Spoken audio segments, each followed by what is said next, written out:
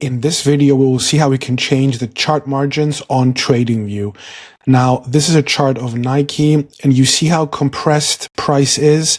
There isn't much breathing space on the top or the bottom of the chart, or even to the right side of the canvas. Now, how can we change this? How can we make the chart easier looking for traders? Right-click on the canvas and scroll down to Settings. Click on Canvas and scroll down to Margins. These are the only three configurations that you can change for this. Now you see the top and bottom margins are set at 10%. So there's not much breathing space on the top or the bottom of the chart. That's why.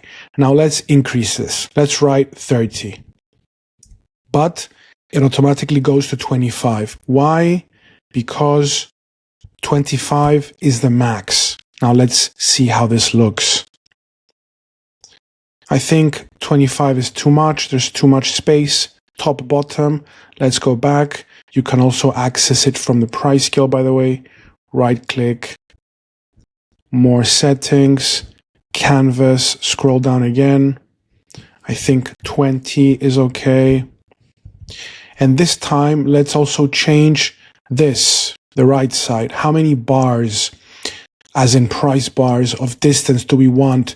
The last bar and the price scale. Let's try 8. Click OK. Now you see as time passes, even if you are at the 5-minute chart and more minutes pass, more candlesticks form, no, it will not get closer to here. It will stay here. There will always be a distance of 8 bars between the price and the price scale. So let's go back to our daily chart. I think 20% is enough. A lot of breathing space. Of course, if you want to change it again, we can go back, play with it. 15%, 10 bars, and you can change it as it suits you. So this is how we can adjust the margins in our chart on TradingView. Have a great day, guys.